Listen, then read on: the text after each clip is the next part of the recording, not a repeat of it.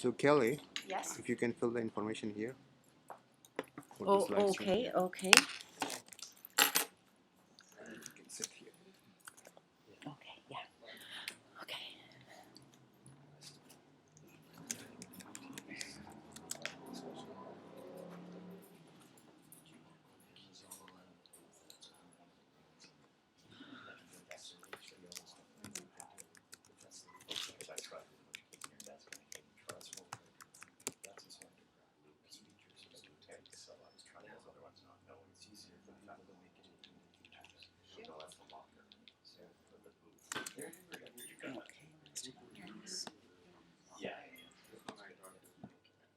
Oh. Just.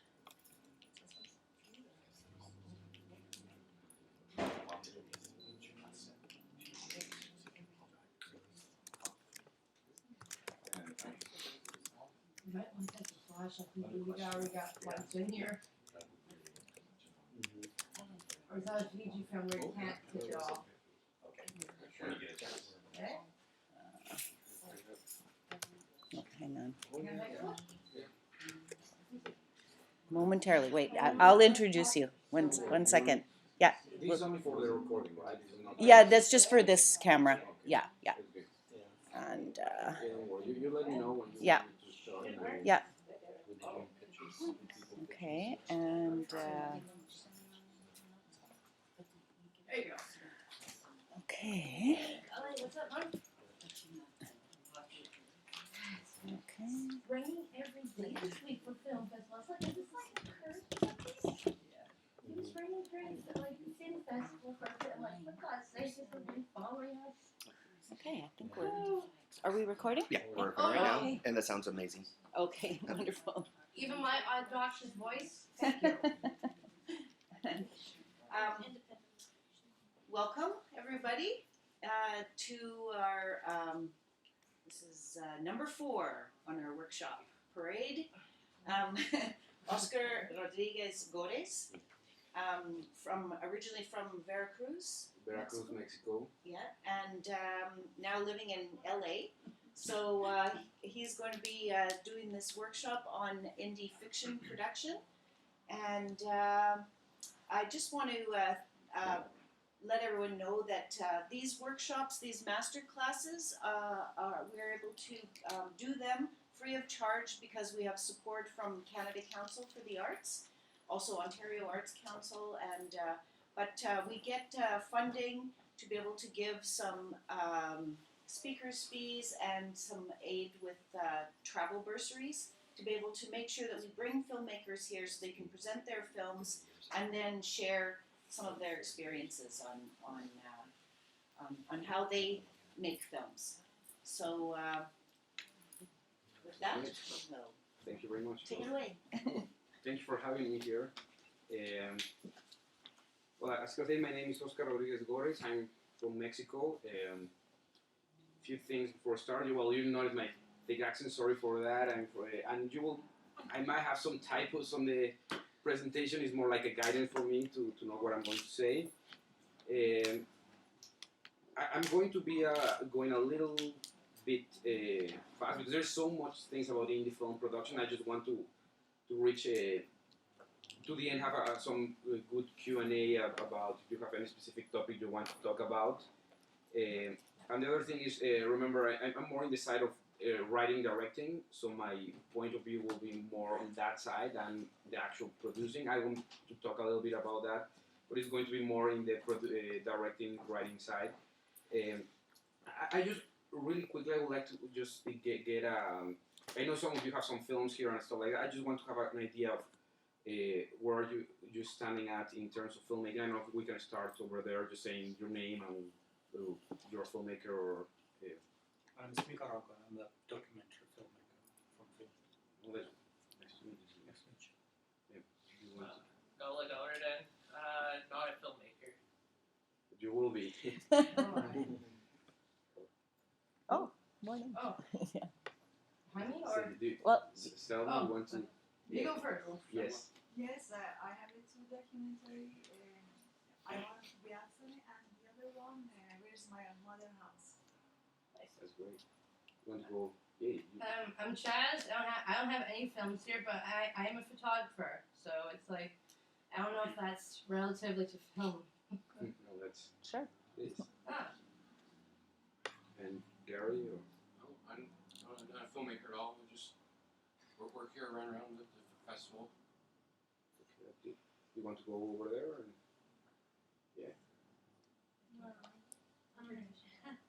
I'm Victoria. I'm a student and I like making films on the side. I do a lot of animation. oh, great. She's just budding filmmaker. That's I'm great. her mom, Lori, and I am the child of an Emmy Award-winning television. My dad worked for NBC and Warner Brothers, and he won an Emmy for his work on the Carson Show, Johnny Carson's Tonight Show. So he did both audio and video. And in the later of his life, he actually built the studios with all the computerized stuff. So I'm here basically supporting her in her interests, but I also had been a film student and worked with Kelly on a few of her projects over the years when I was in film school. Not lately, but that's about it for me. That's great. Welcome. I'm Brad, filmmaker for a long time.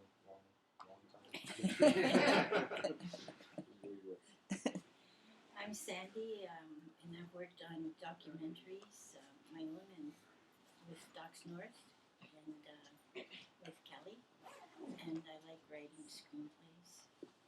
That's great. Well, do you guys want to introduce you or yourself? Or? I'm Keegan. I am a filmmaker and also student. For this workshop, I'm willing to learn more about the indie fiction productions, because someday I like to write fictional scripts, and I have some ideas for goofy, campy, well, not really campy films, but I have a unique way of I like to present a fictional film, so, and I'm excited to learn about the production part. That's great. Well, we all know Kelly. And so I want to start with the question of what's independent cinema, because during the period of time, the definition of independent has been changing over time. And I just want to know, what do you have in mind when we talk about independent cinema? I don't know if one of you want to go and try to take a guess or something. Well, I'd just like to say that the first amateur feature film made in Canada was made here in Port Arthur, and it was called A Race for Ties. It was written by a woman, Dorothea Mitchell, who also was known as Lady Lumberjack because she ran a sawmill, and I think in the early days of film, when people could, just like now, everybody on their telephone or whatever could use anything and start making. Well, people who had a little bit of money could buy 16mm cameras when they came out. And that's what happened here. A baker got a camera, he went on a road trip, took some, and then he showed it to people, and they thought, oh, well, we'll use this as fundraising. And so really, they called themselves amateur filmmakers, but in many ways they were independent filmmakers, very similar to today. They made a very professional feature-length production, silent movie. They showed it all over, and yeah. That's So great. we have a long history, and we have some of the oldest film footage shot in Canada. We have footage that is over 100 years old of our town. So Ron told me so that the first documentary Yeah. was made here. Yeah. Yeah. Well, I was asked. It's interesting what Kelly mentioned. Like she was mentioning the word amateur or professional filmmaking, and I think independent at least doesn't have to do anything with being amateur or being a professional. And there's another definition that people use that is low budget, right? And that's why I asked this question. There is a really interesting. There's an award. Like you have the Academy Award, the Golden Globes, there's an award called the Spirit Award that is supposed to be the award for independent filmmaking. But when you go to the website and you read the definition, it says the films that can be submitted to the Spirits Award are under 25 million. I say, well, that's not independent. That's low budget, right? Under $25 million. you can submit it to the Spirit Award, and they say, then you're independent. That's not independent. That's low budget. And I'm not going really into the history of independent filmmaking, but the terms comes in the 1560s, where there were 5 big studios and a little tree. Any film made outside those studios were called independent, right? They were not in the, and I'm going to the U.S. The cinema history, but any film made outside those big 5 or little 3 were independent, right? Now, that definition doesn't apply anymore because basically every studio has a sub-studio or a subsidiary. So it's impossible to say that you're making an outside studio, right? Sony Pictures, if they are making a over 50 million picture, they will do it in Sony Pictures. If they are making a Woody Allen film, they will do it in Sony Classics, right? And the same thing with the 21st Century Fox, they have subsidiaries. So it's impossible to apply that definition, like if you're outside the studio, the big 5 or the little 3, you are independent.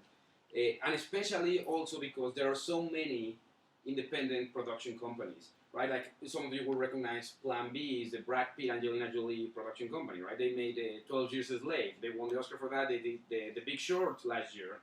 They were nominated for a bunch of Oscars. They even won Best Adapted Screenplay. So it's impossible to say that a production from Plan B is independent, right? So that definition don't really apply anymore if you're making it outside the studio system, or because there are so many independent. You know the Weinstein Company, right? Harvey Weinstein is also known like Harvey Scissorhands because they give him a film and he trim it up and do a mess with it. And well, that was the thing I was saying. Low budget is not independent. Basically, and I'm going to go to what I think is, at least for this workshop, will be independent. So welcome. Apologies. For what I'm going to talk about here, it's a movie made by a studio that hasn't released theatrically any film before, where the director have creative control, and they don't have input from the studio head. And let me go over these things that I what I say at a studio that hasn't released theatrical films before, because when you're going to do an independent film, you sure will have to create a studio or a company to make your film, right? And for example, I'm going to put the example of Todd Phillips and Bradley Cooper. When they did The Hangover, they created their own studio called Green Hat Films.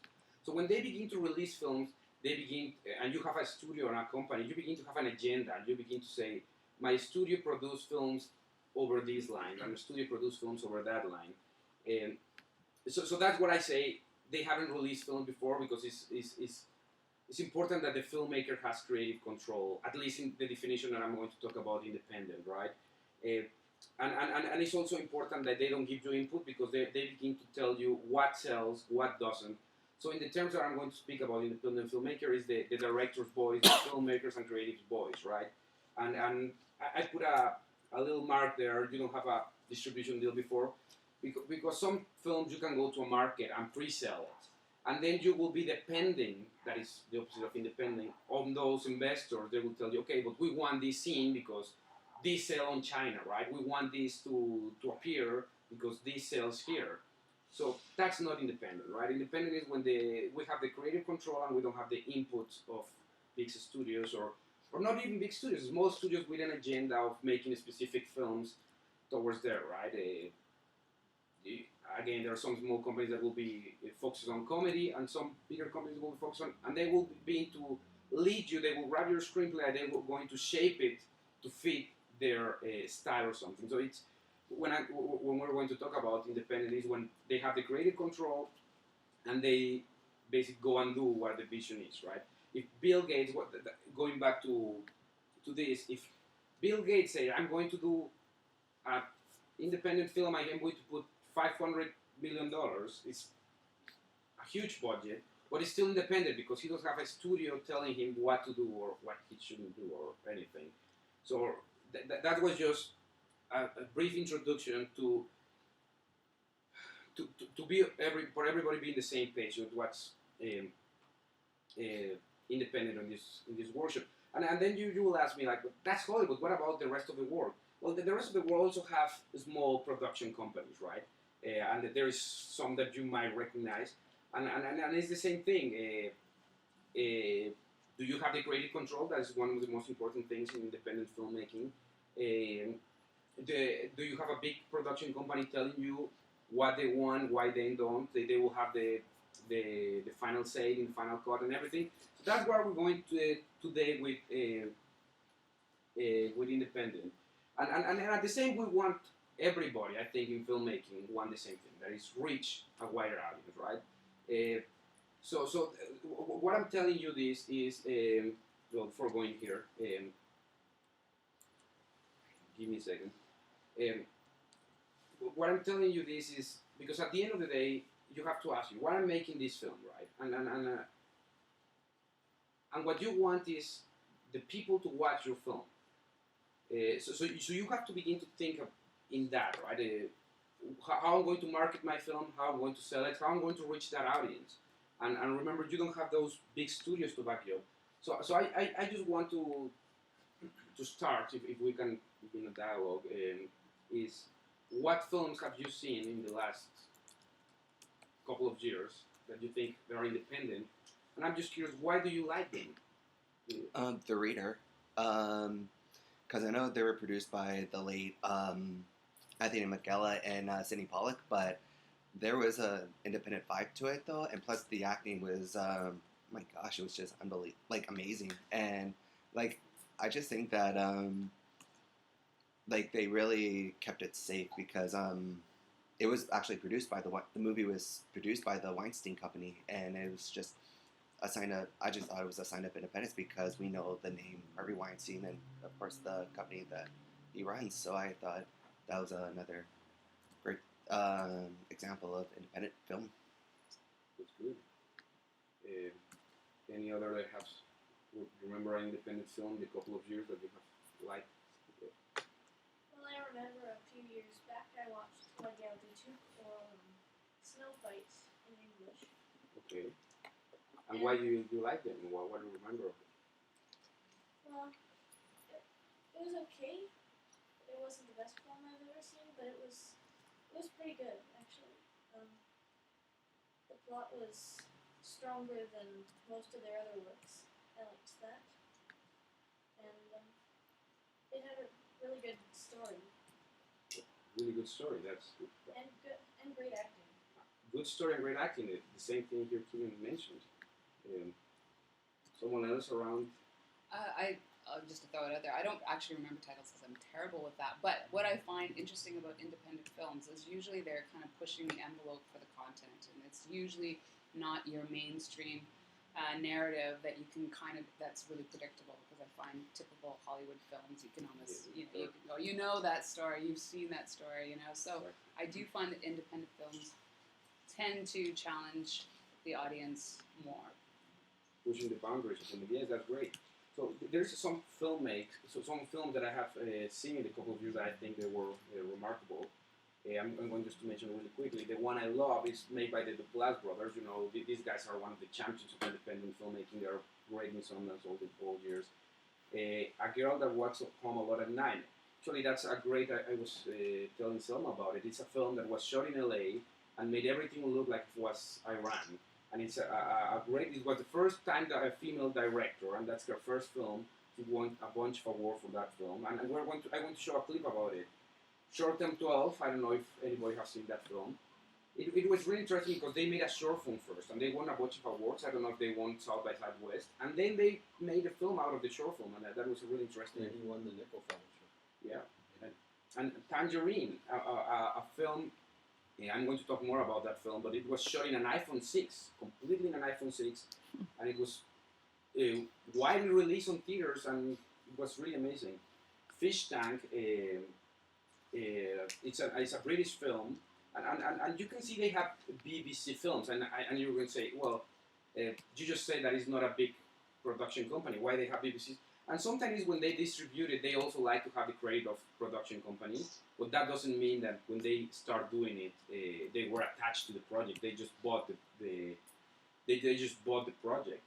Dear White People, I think it was also shot in LA. A great film.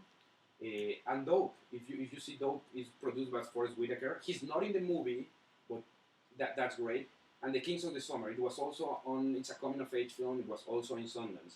That just to mention some of them, and I list the production companies just so you can see that basically it's really hard that you will recognize any of them. They are created by the filmmakers to make their first or second feature film, and they won't have created an input from a big studio telling what to cut or not to cut.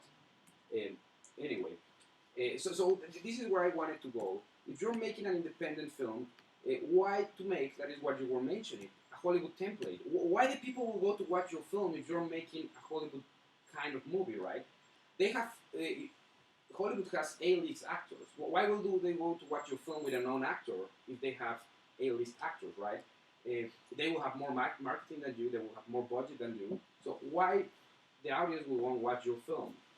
And that's something that you have to ask. If you're writing a story that will follow, it's going to be a romantic comedy, and it's going to be the man meets the girl, and the first kiss, and then why they're going to watch your film if they can go and watch a Hollywood film with better, well, I don't know if better actors, but more famous actors with more budget and with more marketing? Why the hell go and watch your film if you're doing the same thing that they are doing, and they're doing it better, right? So that's one of the things that I think they will go and watch your film, right? Because the director has a unique voice, right? Because it's a different film that they can watch in a regular theater. Because they're shot in a specific way or style. Like I was mentioning, Tangerine, that was shot in an iPhone 6, that specific style, right? Or there are movies that are shot like fan-made footage. So they will go to watch your film because it's shot in a specific way, right? Or recently, I don't know if any of you saw Hardcore Henry. It was shot like a POV video game style. And then you go and watch that film because it's shot in a specific way, right? And then, or a topic that nobody wants to talk, right? We know that Hollywood films always talk about the same issues. So when you make a film really specific about something that nobody's talking about, they will go and watch it. Like that, we need to talk about Hardcore Henry. Like, I only saw the trailer of it. I just looking at it, like, I got so dizzy, but also I was just amazed about like how far films have come along. Like, people are shooting point of view, which is something that has never been heard, but until now. It's all Hardcore Henry is all shot in like a video game. It's the POV of the character. The camera is the character all the time. You only see his hands. You never see the character. And I have the same thought. It's going to be DC all the movie, but actually the first 20 minutes is weird. But after that, you get into the film and you get used to it. And that's one way to get along with it. How do you shoot it? What's your unique take? What are you making different than Hollywood or the big studios are making? So that's one question that you have to ask yourself. Like, why the people will come and watch my film? Why they will spend their $15 or whatever the movie ticket is, the price of the movie ticket, if they can spend the same money in a Hollywood movie? You have to ask that, like, what are you bringing to the table? And also about people that nobody writes about, right? There are so many characters that usually you have the same characters in a Hollywood movie, the same template. So it's interesting when you made a character that nobody talks about, that your main character has a background that nobody talks about. So that's another way of doing that. Now I'm going to show a clip about short-term 12. And what I want with this is not really getting into it. I just want you to look some details. Check the cinematography, that is lighting, camera movement, all that kind of stuff. Check a little bit about production design, what they have on set. They have really fancy walls, they have a really complicated set, and check acting. That's the three things I would say. Pay attention to it, and let me play. It's really, really short. Let me see if this will play for the video. So, give me a second, I don't think we have sound. Yeah. Oh. No, we have? Just turn it up, yeah. Let's play it again.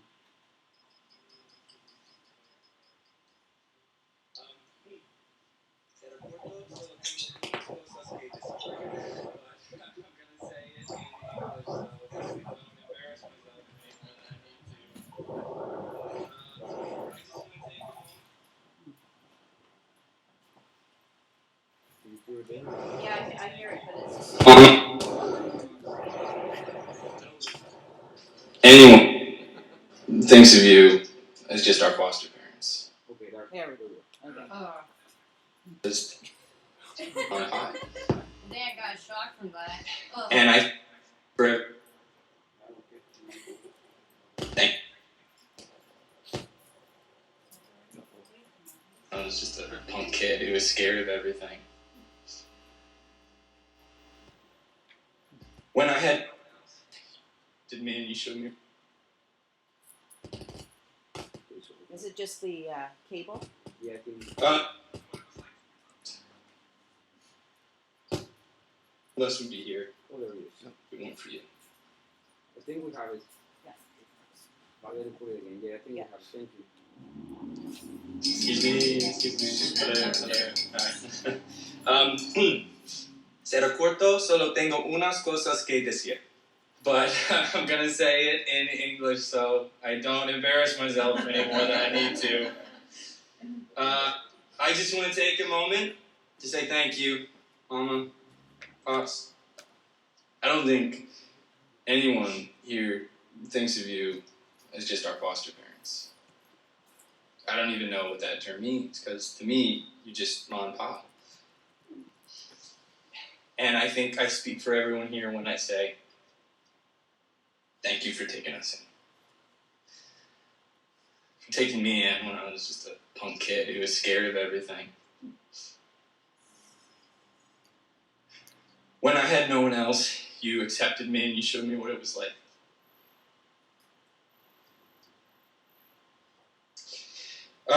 What it was like to be loved. And none of us would be here if it weren't for you. Just look at this beautiful family you made. So let's all lift our glasses to our king and queen. Happy 30th, you guys. Everything good in my life is because of you. Salud. Salud. Well, it was a little bit out of sync, sorry for that. But what I wanted to point, I don't know, what do you notice in that clip? Some people, what do you think about that clip? Well, first of all, the out of sync part. I'm thinking, like, is that part like the real thing of the out of sync, or is that just like a No, photo? it's well, a problem with the computer. What I found though in that film was pretty much like the lighting, how it was accurate from a photographer's point of view, and also how like for like the Latinos, it was actually like right on, like the film and the cameraman got it just right. Notice how they change angles for more drama. Drama. It's great. What else? And just noticed, like with the lighting part too as well, it just made the scene a little bit more realistic too as well. That's right. Right. For me, what it stands out is like the cinematography is not amazingly beautiful. It's not like the camera is not on a stabilizer. They don't have a Steadicam. That is, they don't have a stabilization system. They just have a handheld camera, and they are more focusing on the performances. Sometimes they have a dirty frame. They have and I know that's some problems, but they have someone blocking the foreground out of focus. You have an arm blocking the foreground, and the camera is moving. It's not stable. And where I'm going with this is, what matters in this scene is not really the cinematography. It's what the characters are going through in that moment. What they are focusing is they are letting the actors be. They do have several angles, but it's not the main point of the camera doing a movie without no cutting. They are not trying to be pretentious about it. We're going to do this fancy camera movement, or we're not going to cut, and we're going to follow the character, and we're going to do a rack focus here. They are just letting the actors do their job and let the audience breathe the story. That is what's the most important thing. And if you see the production design, I mean, it's really simple. I know that it's part of the story, but where I'm going is you don't need to have fancy camera movements or really complicated shots to have the audience drag into the story. It's actually very simple. If you see, they have some, even the glasses, the prop glasses are plastic prop glasses. Doesn't have anything really complicated, but still you get dragged into the film because they let the actors do their thing, and they let the audience focus on the actors. and this is one thing that I'm going to talk about, and I'm sorry if someone is like, I don't want to say do not put attention to this element, but if you, the audience will forgive they are watching an indie film. If the cinematography is not 100% right, they will forget it. If they get dragged into the story, well, they will let it go. Fancy camera movements. If you don't have fancy camera movements, they will let it go. And the same with production design and VFX, right? If you're doing a film, the audience won't go to watch your film just because you have great visual effects. They will forgive it. They will understand you have low budget and you're making a film. And if you have limited resources, what you should focus on is not in this. I know it's really important, and I don't want to tell you. I mean, cinematography and production design is one of the things that I focus the more. But when you're doing your first film, what you have to know that the audience won't forgive, and they will be pulled out of the film, is bad acting and a bad story. If you see a bad acting, immediately you get pulled out. You immediately say, I don't want to watch this film, right? Immediately you see that it's fake. You don't believe what is going on.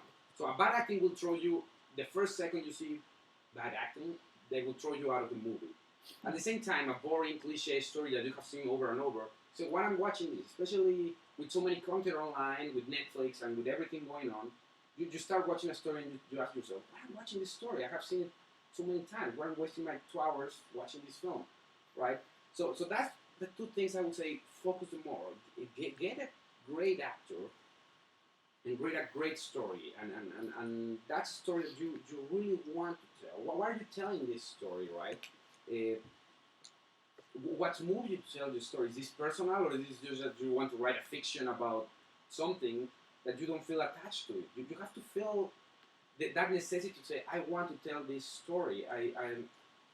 And I will put all my life telling this story. You have to feel that need to tell it. And well, especially the acting. That's the next point. You're going to ask me, how do I get actors if I'm low budget? How do I get great actors to work on my film? And first is be professional. And what I mean is arrive in time to the meetings, do a table read, rehearse with them, discuss the screenplay. There are some people that don't like to discuss the screenplay. Say, this is my vision, do you like it or not? And I'm like, you know, if you're right on why the character motivations are, discussing it with your actors will only make it stronger, because you will answer all the questions the actor has, and at the same time, if the actor or the actress has a point, you might even change your mind. You say, okay, he's kind of right. Why she's doing this in this scene? What's the motivation of the actor in doing this? It doesn't have sense. It's just a story plot that I need to hit, but it doesn't have sense. So when I say be a professional, be on time, do the rehearsal. You doesn't need to have a ton of experience. Just behave as a professional, right? Now, when I say know the difference between an exercise and a film, when I was in film school, I have some friends that they wanted to cast great actors for exercises and stuff like that. And I'm saying and I was telling them, like, man, you're making an exercise. You're making a homework. Why are you wasting the time of these people? Just like, you have to know when you're ready to do it. Your first, Robert Rodriguez, I know that you know him for El Mariachi and What's Upon a Plan in Mexico and Sin City. He said once, everybody has 10 bad films in their blood. So you better take them out as soon as quickly. So when you're doing one of those 10 films, your first 10 films, don't cast a great actor. Practice with rising stars, with actors that are in acting school, with friends. Practice directing them. That's even harder to direct a non-actor. Practice with them, but don't try to get a talent when you're making an exercise. That's what I mean with know the difference between an exercise and a film. Have them invested. Sometimes, when we're shooting a thesis film, sometimes one of my classmates will go and do a casting, and then in the shooting they say, hey, my actor didn't show up. I mean, we understand that he was not paying them, right? He was asking them to do it for free. And he was, why they didn't show up? We have to close on the production. Say, well, he hadn't invested in the film. How do you have invested? First, do a wardrobe trial. Don't ask them to send them pictures with their wardrobe. Just ask them to come, check the wardrobe with them. Then another day you will do a table would read the whole cast, right? That's basically you will sit on a table and have them read through the whole screenplay. And then you will do a rehearsal. And why this helps? And you're going to say, well, what does this have to do with this? Well, because if they already went 3 days, they are less likely to bail on the film. They are going to say, well, we're already invest 3 days rehearsing this thing, so we better show up, right? It's less likely they will bail on you on the shoot. And that's specifically like in a city like LA, that a lot of actors will be willing to do it for free, and there's tons of options. It's really likely that you will cast someone, and then the day of the shoot, or they will be late, or they will call you, and they will be, you know what, I cannot do it. And I'm going to put an example of it. I shooting the film I show here, called Gorriz. We have really limited budget, so I only paid certain position, and the other ones were doing it for the credit or because something else, right? And my production designer, she has been working with me months ahead. We have been discussing some of the elements we wanted to have. The day of the shoot, she arrived and said, I'm sorry, some paid job came in and I have to take it, so I'm not going to be able to be here. And she left. The first day of the shoot, we were going to shoot 4 days, and she just left, right? So that things happen when you're shooting an indie film and you're not with a contract with everybody. That can happen. So you have to ask yourself, how can I have them invested on the film, right? How can I have them really be willing to do this thing for free? And I'm going to show another clip. It's a little bit, it's longer, but what I want to show you in this is, it's not a fancy thing, it's actually a lip sync scene. But I just want to show you the performance. The other things on this clip is not important at all. It's all about the performance. It's all about the actors. It's not about the camera movement. It's not about the production design. They are letting the actors do their job. They are actually sometimes improving. And just to, I'm going to give you put you where this movie is going from. The Skeleton Twins is a film that the movie starts with, is a brother and a sister, they are twins. And the film starts with the sister is about to commit suicide. She's going to take some pills. And she received a phone call. And the phone call says, and she's really pissed because she was about to commit suicide. So the phone call, she answers, how did you get my number? I said, we're calling from the hospital. Your brother, which you haven't talked with in 10 years, has just tried to commit suicide. So these two twins have been separated for 10 years. And suddenly when she was about to commit suicide, his brother too, at the same moment. And in this scene, she's mad with him. And he's trying to make her happy. And she's just mad with him. I just want you to look to the performances and tell me what you later will think about it. I'm sorry, I want to show it in YouTube. Please, have a seat.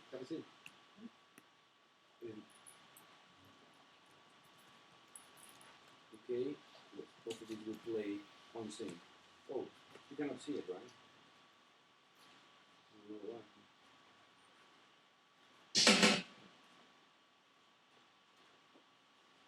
Oh, there you are. Now you can see it. Okay, so the sister is mad with the brother, and this is what happens. He's trying to make him, make her happy again, or make it forget.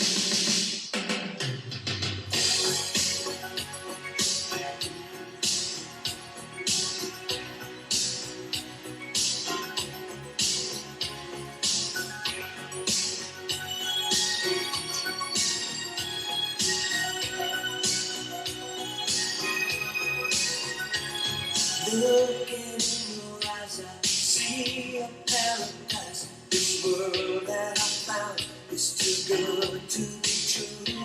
Standing here beside you, want so much to give you this love in my heart that I'm feeling for you. Let 'em see we're crazy. I don't care about that. Put your hand in my hand, baby. Don't ever look back. Like the world around us just fall apart. Maybe we can make it if we're heart to heart.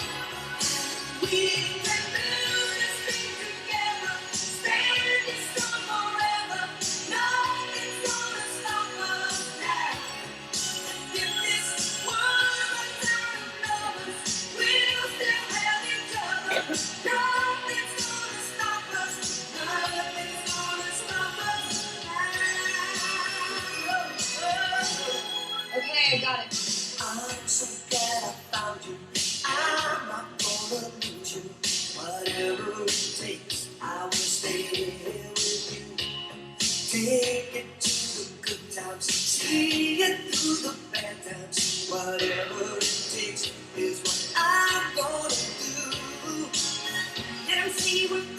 Put your arms around me, baby, don't ever let go. And the world around us just fall apart. Baby, we can make it if we're heart to heart. We can build this thing together, standing strong forever. Nothing's gonna stop us now. If this world runs out of lovers, we'll still have each other. Nothing's gonna stop us. Nothing's gonna stop us. Ooh, all that I need is you. All that I ever need. All I want to do is hold you forever, forever and ever.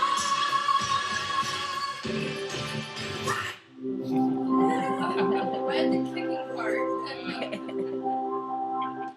That's awesome. Yeah. So what do you think this scene works? You know, so many people will try to.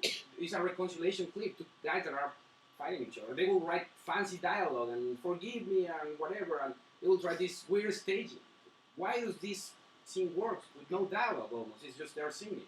It's because the connection of the actors. They are looking to each other, and they are connecting, and they are making it. You feel for it. You want her to be happy with him because of how hard he's trying and everything. So. And the camera is not, it's not the Pulp Fiction dance, it's not in a diner where they are with no shoes, when you have a table with a car, and you have this really complicated staging and a really complicated set piece. It's just a house, a regular living room like yours and mine, and the guys are just singing. But it worked because they let the actors do their own thing. Both of them, Kristen Wiig and Bill Hader, they are stand-up comedians. They were in Saturday Night Live, so they let them improv the scene. They just put the camera and let them do their own thing. And of course, the director, as a director, you're giving them notes. But the more important thing is the actors to connect, to make the scene come to life. Now, I'm going to talk really quickly. How do you get the crew interested in the film? You're making a independent film. Probably you won't be able to pay everybody, and we know that. What you have to understand, the first thing you have to understand is nothing is free. Nothing is free. Even they are working for free, it's not free, right? Why they want? They want to win some experience. They want some credit. And I'm going to put you an example. My cinematographer on Gorriz, the film I showed, she's from Spain, and she has been camera operator of big movies, right? She's camera operator in this movie, the upcoming movie of The Beauty and the Beast, the Disney film with Emma Watson. She was camera operator of the second unit in Lone Survivor, the Mark Wahlberg movie. But she never has the credit of cinematographer, right? And she knows that it's going to be really hard that Hollywood will give her the credit of cinematographer. So why she do it for free? Because she wanted to have a credit that says cinematographer by her. So you have to understand why they are winning. Why are doing this film? And understanding that everybody on your crew are on the same page. You know why they want, what they want, and they should know what you want. So it's really important to know is to understand nothing is for free. An actor might want footage, right? The actress of Doris, the main actress, she also worked for free on a film. And she always gets supporting roles. So when I told her, you're going to be in the lead center, she was more than willing to, and now she has been nominated for Best Actress in a short film and everything. But that's what she wanted out of that short film. So when you say, I'm not paying my crew, you have to understand, you're paying them in a way, but you have to understand what's that thing that they want, to be sure that they get it by the end of the film. You have to be sure that they get it, right? They want exposure, they want experience. You might have a second ID that doesn't have been doing assistant directing yet, and he wants some experience. So you might give it that chance, and you know that it's not going to be the best AD. It's the first time he do AD, but he wants that experience. So it's something that you have to balance. What the crew is winning doing my film for free or not for free, and you know that there are certain positions that you need to pay, right? If you're going to have a grip, you're going to say, well, what's the grip winning doing my film, right? And then you will say, well, he doesn't want footage for his reel. He's a grip, right? He doesn't want the credit of grip because he has many credits of grip. So probably you will have to pay him right? Or the sound guy, or something like that. You will need to know what they want. But remember, nothing is for free, and that's really important. A few advices if you're making an independent film: have really few characters. As the film I showed you, actually, the skeleton trees have three characters: the two brothers and the husband of the sister. It's three characters. Focus on them. Do a character piece. Don't do a plot-oriented story. Do a character piece. Has a few locations as possible. Is a company move is really expensive. The company move is when you have to move production to one location to another. That's really expensive. So have a few locations as possible. As few VFX and sound effects as possible. I know that everybody wants to do their first film, a sci-fi film. Do something personal. Do something about you. And there's no shortcuts, right? There are people that right away they want to shoot a feature film, and they just have made one short film or two short films. Like, do the work. Practice a little bit. Do a short film. There is no straight cut, right? And I watch Short Film Corner because I'm not going really into that, but I have a known in Mexico. There's something called the Cannes Short Film Corner in Cannes, and it's basically like a library of short films, right? You paid and they put your short film in a computer room that they have there. And I remember this guy went into the Short Film Corner and he made a big deal in the press in Mexico. I'm in Cannes. And I was like, man, you're not in Cannes. You're in the Short Film Corner. That basically you paid to be there, right? Everybody that paid get into it. So I'm going, take no shortcuts. Don't try to get press invested in you and wanted to make your first feature film out of the blue, and do the job. Read books, do short films. We have say in Mexico to say it's better to apologize to ask for permission. What I mean is, when you're doing independent filmmaking, if you want to go to the rules, sometimes it's very hard, right? And I'm going to put an example. In the location we shot, they didn't allow us to have dogs inside. But we have a dog in the screenplay. So when the owners of the house were not there, we put inside the dog and we shoot it. I say, if we get caught up, we're going to ask for, oh, I'm sorry, we didn't know or something. Because we know if we ask for permission, they will say no.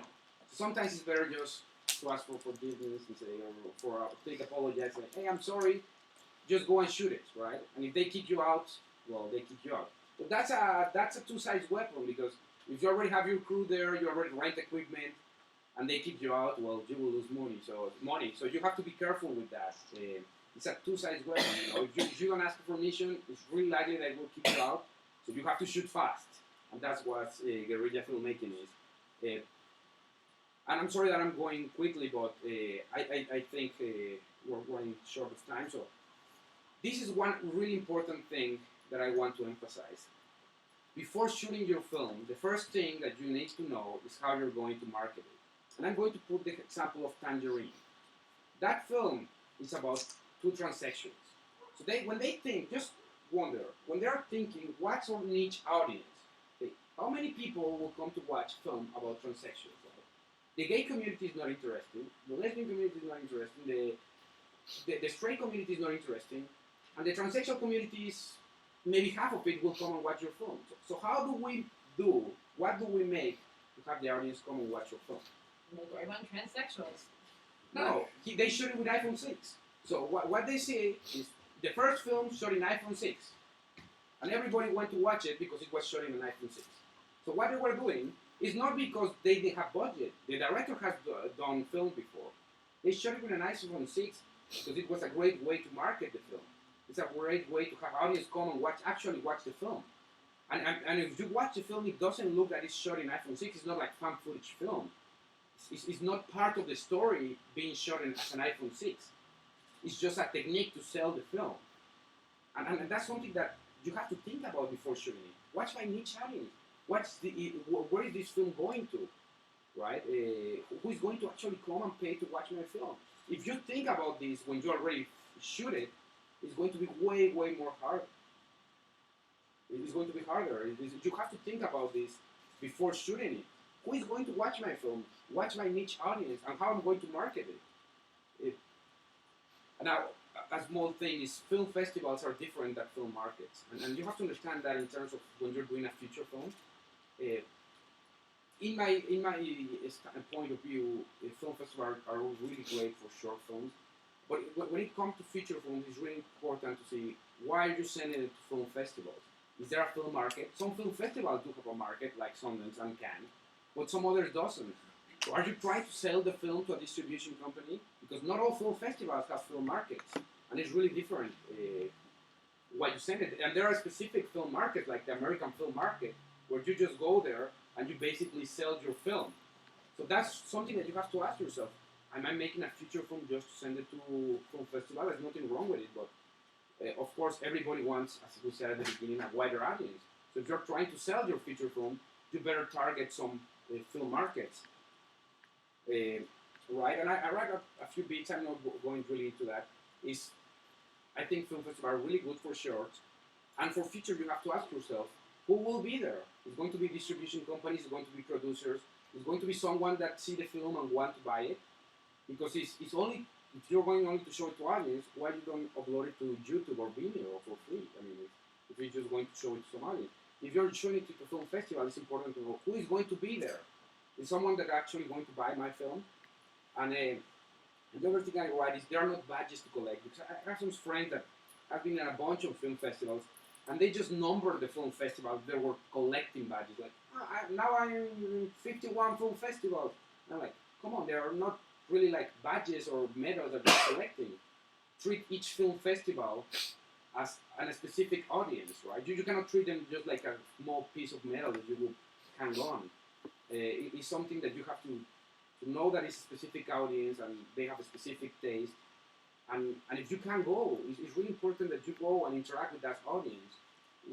Again, if not, it's the same thing that releasing it on YouTube. If you're not interacting with your audience, what's the point, right? If I'm sending a short film to 50 festivals that I'm not going to be going there, I better release it on YouTube. It's going to be exactly the same thing, right? So try to go to the film festival.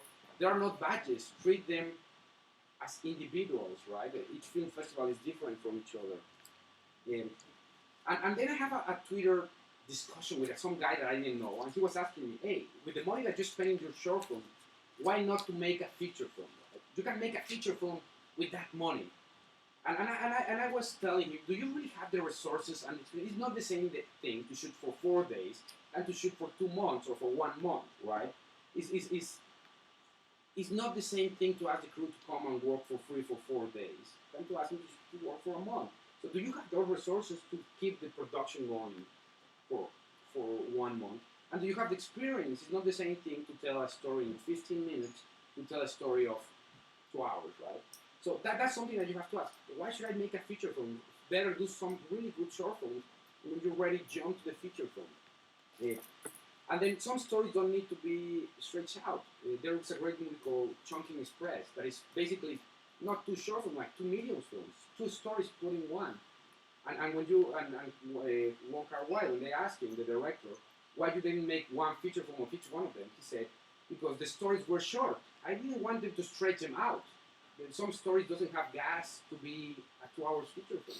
So you have to understand that there are some stories that are just meant to be told in 15 minutes. Don't stretch them out.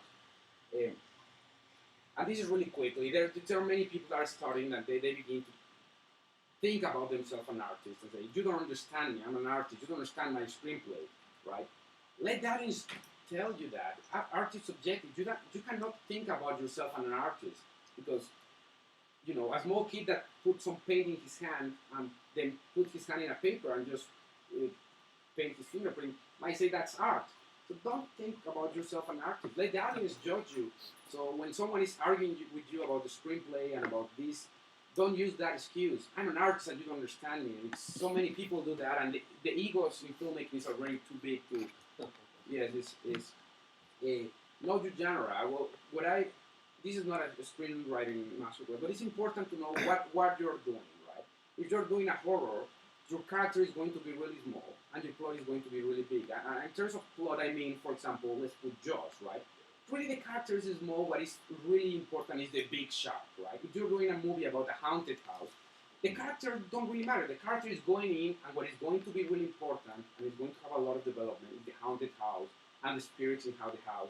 And comedy will be the opposite, right? 90% of the character, and the cartoon about the coyote and the bird that runs really fast. How you call it? Roadrunner. Roadrunner, right? That thing. You know. What's the plot? The plot is that the coyote wants to catch him. It's not really sophisticated. It's really simple. But you laugh because the character, you know, keep trying and trying and trying. So you know the genre. What? If you don't know the genre, your movie is going to fail. You have to watch a ton of movie about that genre and know it. And there's four important bits that I will recommend you in screenplay. One is the fish out of the water, and that's the transition between Act 1 and Act 2. That's the first bit, and it's really important. In any film, you have it. It's basically, you have a character in his comfort zone, and then you take it out of it. Right?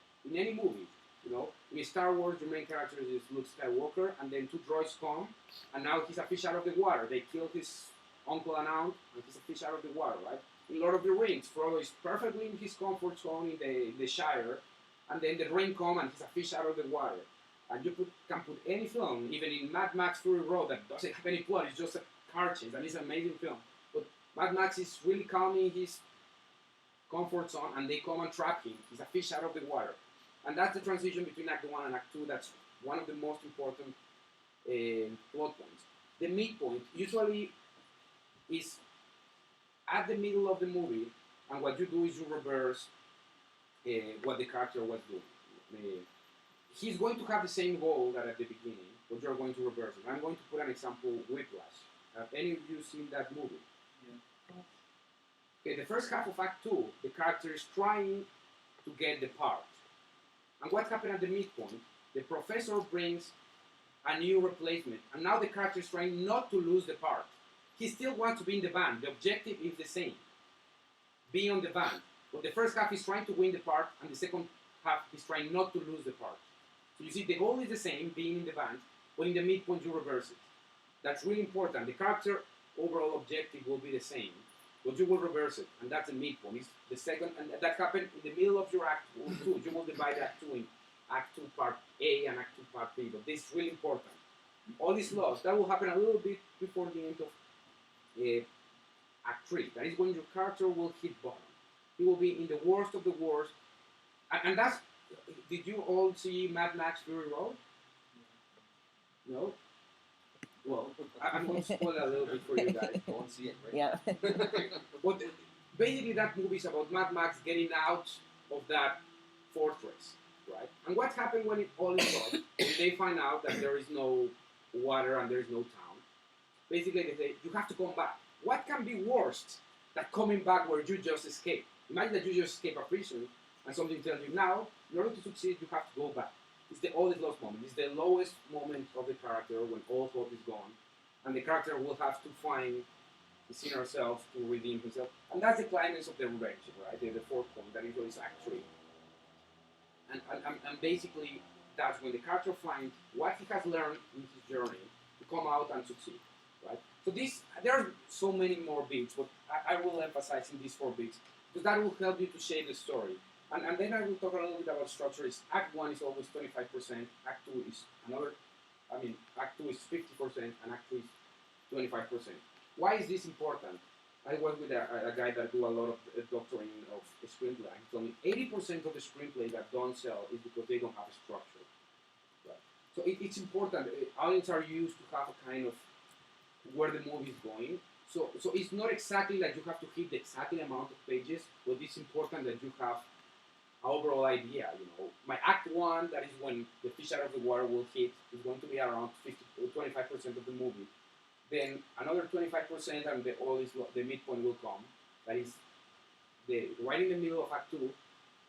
Then this will come before the Act 2 finishes, and this will be the Act 3. Right? So it's really important you have that sense of structure in order to lead the audience. If not, you will have a really slow. I'm sure you have seen movies that you think, oh, it takes a long time to start. I'm getting bored. But once it starts, I'm entertained. But it's a low starter, right? It's because they stretch the Act 1. At the same time, there are some movies. I'm sure you also saw The Return of the King, the last Lord of the Rings movie that won 11 Oscars. When you're seeing that movie, you're thinking that it's over. They fade to black, and then it fades in again, and fades to black, and fades in again. And you're saying, these guys have a really long Act 3, and it's feel long. because it's a percentage out of proportion with the rest of the movie. And I know everybody wants to know, how do I get the budget for my film? And again, I'm not a producer, but I'm going to tell you since the perspective from the director. If it's your first time director, it's an investment, right? Like everybody that's planning for their college or for university, film is an investment. You have to put some money on it. Nobody will give you money if you're a first time director. Crowdfunding, I put a question mark there because I have done crowdfunding and I found out that 80% of the people that give you money are friends, family, or known people. So it's basically easier to call them and ask you for money. So I don't know if you really want to go crowdfunding. If you have a lot of followers on Twitter and stuff like that, you might do crowdfunding. In my perspective, people that donate on crowdfunding are family and friends, so I don't find what's the point of doing it. Grants in Mexico, and I'm sure in Canada, I heard the same thing. The government give grants, they have certain budget to produce films every year, so to submit your project is not just the screenplay, it's the budget, it's the actors, it's the timetable of when you're going to shoot it, is when are you going to have it ready, and of course a director's statement of what you want to do with your film, and they might give you a grant. And they also have the law 189, it used to be the 229, that basically what in Mexico says that law is that the private companies can give you 10% of their taxes. So the taxes they're paying to the government, they can give you 10% of your film. But I'm sure in Canada there are some laws, the same thing, and grants. Investors, I'm right, investors, it's surprisingly, I know that you're saying, oh, this sounds crazy. Well, it's not crazy. There are many people that say, oh, I can put some money in your film and you will give me executive producer credit. They will put a couple of $1,000 in the film. So it's hard to get to know those people, especially if you're a first-time director, but with the time you will get to know some of them. Product placements, sponsors, we have done that in Mexico a couple of times. For example, from some restaurants, we shot in one of the locations and they paid for all the catering for the 5 days we were shooting. All the food were sponsored by them. And we did some product placement with Coca-Cola. We have all the crew wearing shirts with Coca-Cola logos. They were not in the film, but we were shooting in several locations around the city, so they were happy that we were promoting. So they paid for all the waters and cokes and drinks for the shoot. So it's possible. And product placement, you can always have product placement. Not as a commercial, but they will give you some money. In film markets, you can pre-sell the film, especially for new films. You go to a film market with your screenplay. And before shooting it, you sell your film. And then you try to get some money, right? Proof of concept. So, do you know how many short films have been made into a movie? If you don't have the resources to shoot a feature film, shoot a proof of concept. Whiplash, the movie we're talking about, they shot one scene. They won Sundance and they didn't make the movie.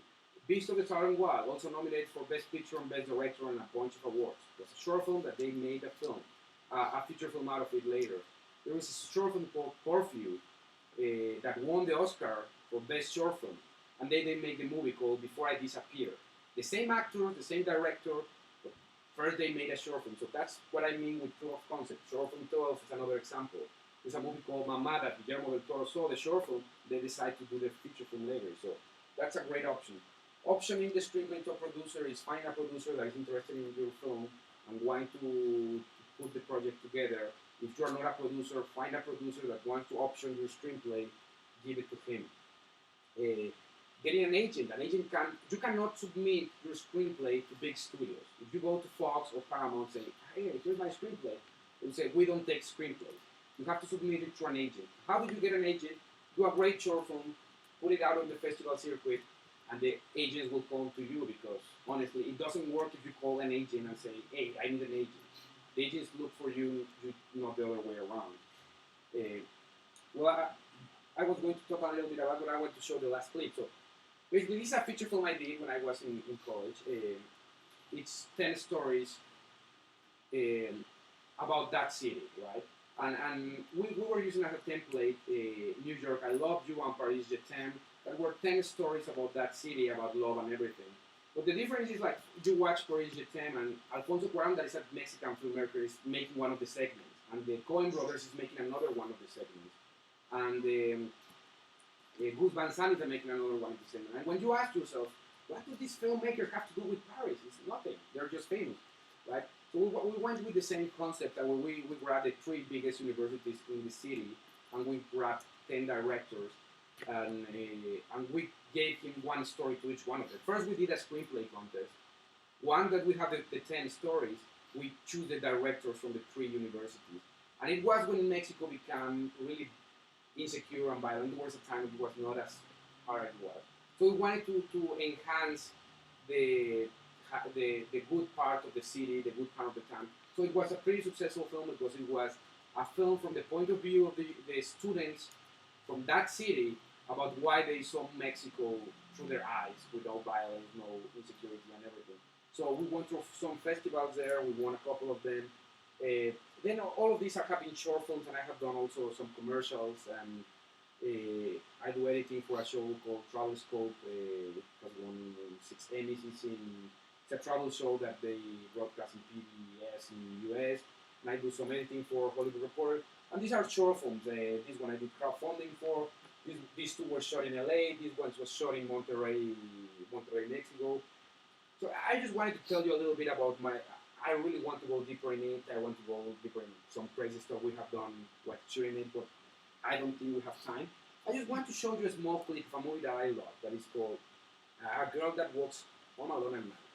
And because I'm an editor too, I just wanted to take special attention to the editing, the camera movement. The camera moves, it doesn't move, but especially to the mood. And again, I'm going performances and story. And I'm going to tell you a little bit about that film, to put you in context about what's going on. It's supposed to be an Iranian woman that is a vampire. And she goes out at night and kills people. She's a killer, right? And it's interesting. She kills everybody. She doesn't love anybody. Oh but there is, and the other main character is a boy. That is a really nice boy that has family problems. But he went to a costume party, and he dressed up as Dracula. So when he's walking back home, he bumps with this vampire. And of course, the vampire thinks that he's a vampire too, because he's dressed up like Dracula, right? So she takes him home, and she says, "Oh, finally I found like a vampire like me this time." And he's really drunk, so he's passed away. And then, no, passed out, sorry. And he's, no, she's not dead. So he's waking up here, and we're in the moment of the movie where both of them know that he's not a vampire. Now, both of them are grounded in the reality. He knows that he's in the house of a killer, and she may very well killed him. And she knows that this guy is not a vampire as she thought. So that's the clip, but I'm not going to put it through here because last time it got out of sync. So I'm going to put it through here. Yeah, this is the way he's waking up in the house. Let me see if I can put it somewhere. Oh, there it is. Cool, it's black and white. It's black and white.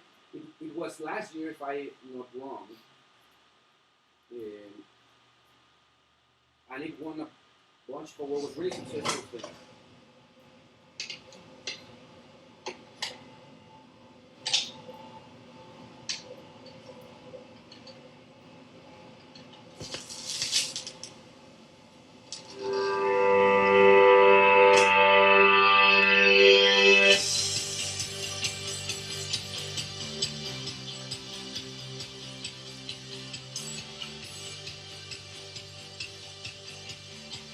Look at the editing.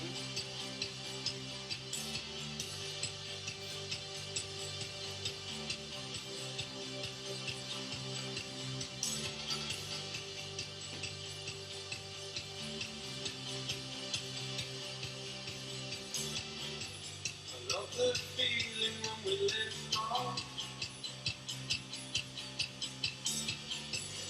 watching the world so slow.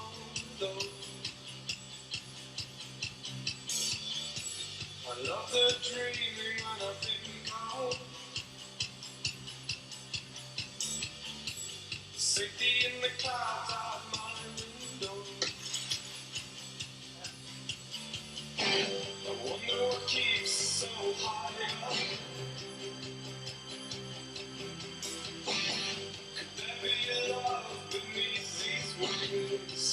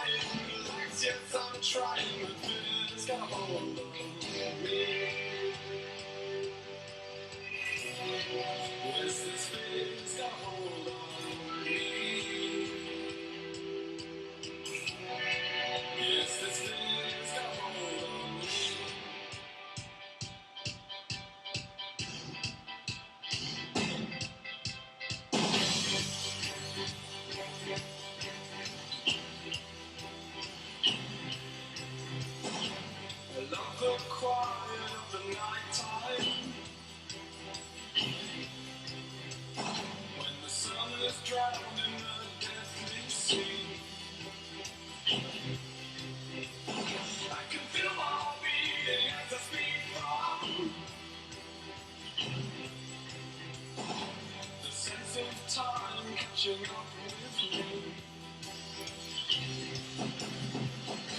The sky set out like a pathway. Through this silence, which route we take. As people drift into a dream world. I close my eyes as my hands shake and I see a new day. Who's driving this anyway? I picture my own grave. 'Cause fear's got hold of me. Yes, this fear's got hold on me. Yes, this fear's got hold on me.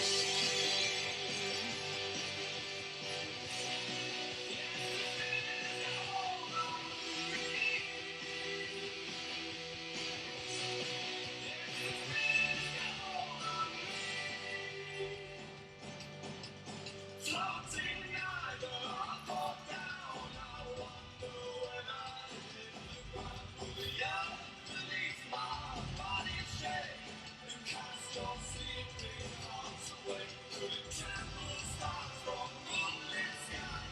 Could it drag a tear from your cold eyes? I live on the right side, I sleep on the left. That's why everything is gonna be alright.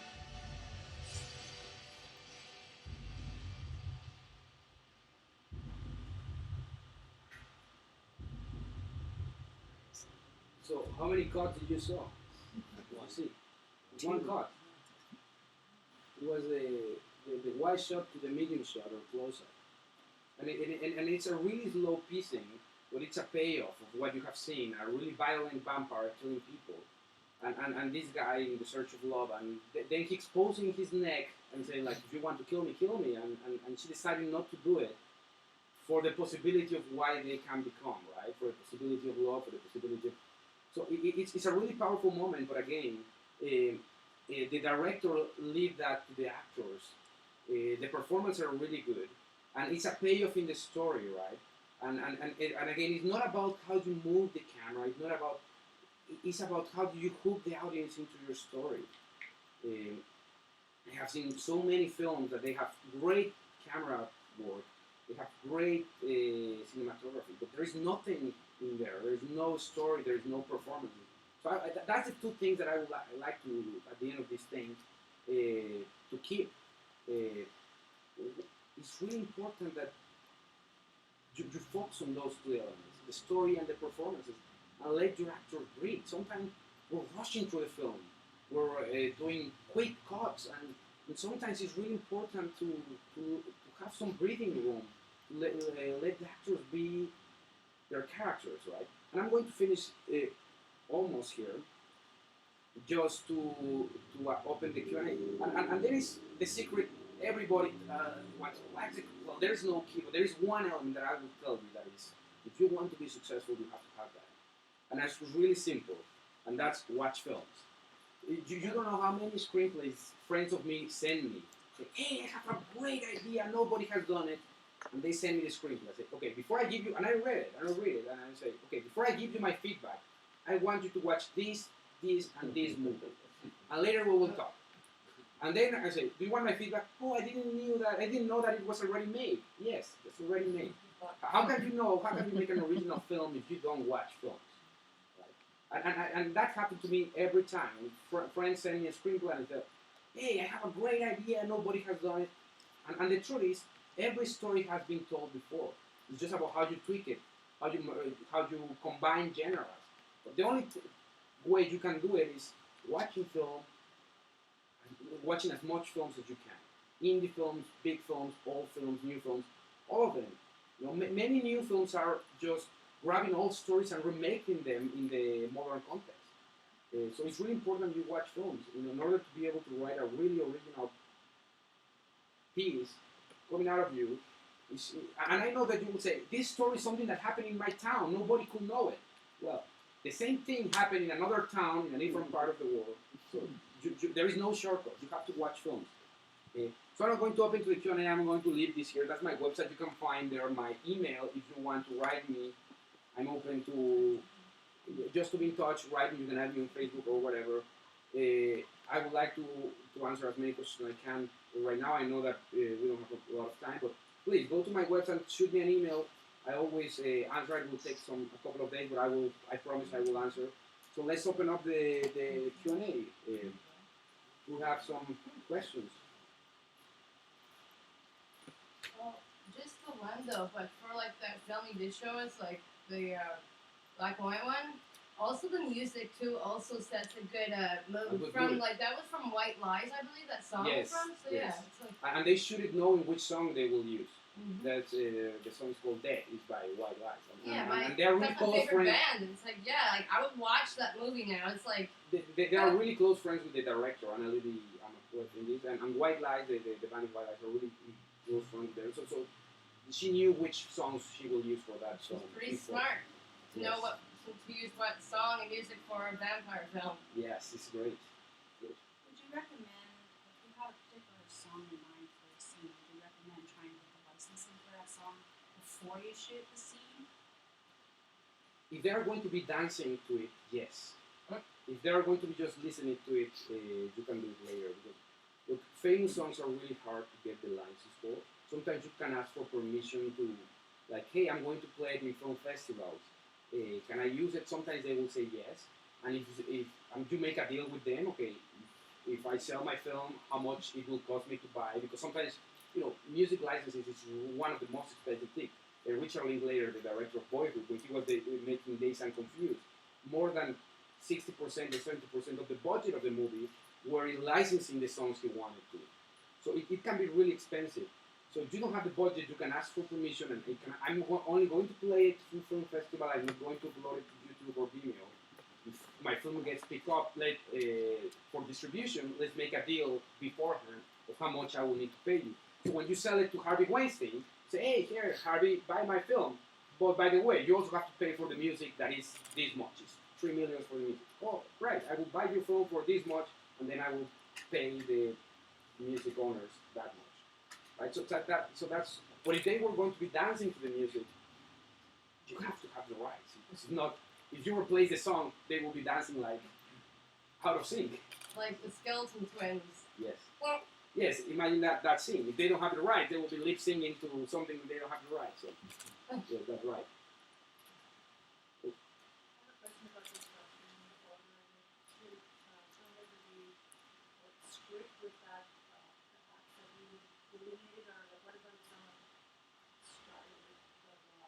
Are you talking about the acts, or are you talking about the beats?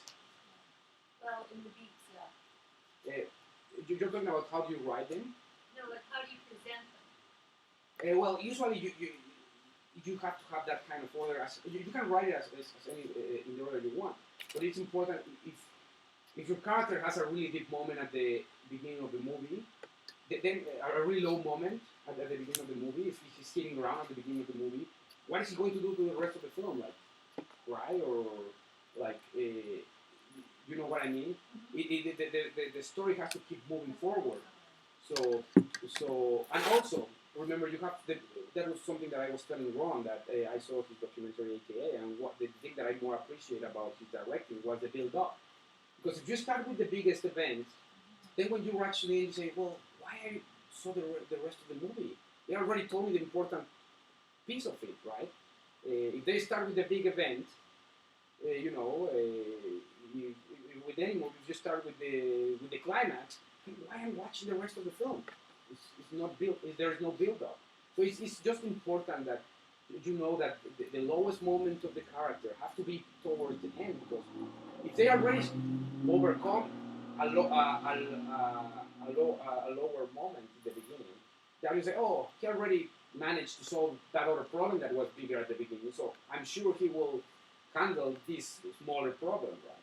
It's important just for the build-up. Do the beats differ from genre to genre? They change, but the beats that I present are basically the same, right? The fish out of the water in a romantic comedy can be the boy meets the girl, right?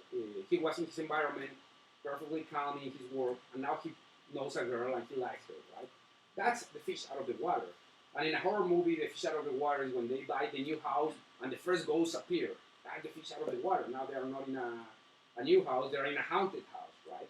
And so the beats are the same, they just change from genre to genre, right? In the action film would be he kidnapped his daughter, now he has to go and find her, right? In Taken or whatever.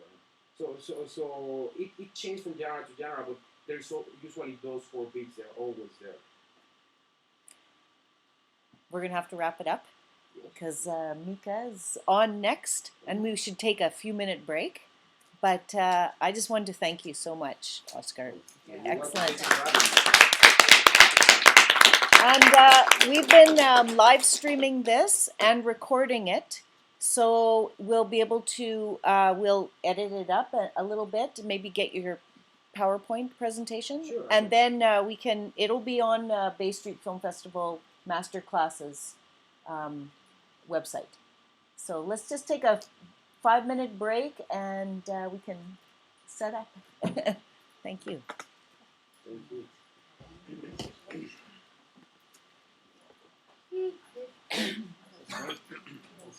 Yeah, I mean, I will. Nice to meet you. What is your film showing? Tomorrow evening. I'm leaving tomorrow morning, but I would like to watch it. Can I See it on. I'm very good too. Oh, that would be great. That would be great. So what'd you I'm say sure we will yesterday talk when I after came back your from this session. long to it was like it's not gonna be it's coming. Oh, thank you. No, I'm sorry that I didn't have to. I think independent filmmakers is so huge that I need to rush a little bit at the end, but you know, we can talk about independent filmmaking for hours and hours. Yeah, sure. Yeah, in one idea on some of That's great. And you have my website. Let me give you mine. It's an old one, but just in case. Just keep in touch. do that. It's a really old car. My email is the same. She's a fin Canadian? No, thank you. So you're recent. Oh. You should. See, like that. Let's see our document. Great thing when you still have control. You have to tell you what to do is when it's over. My mom is old man. No, I will be shooting anyway. Great Orlando. Oh. That's definitely my let me put this away. Kelly, I'm just gonna get some coffee, but Yeah, okay, the yeah, camera's sure. on, Oh, okay, and, just, yeah, I'll take care of it. okay, Yeah, I'll be good. right back. I'm so sorry for making fans. Oh, thank you. Good. Brad, yeah.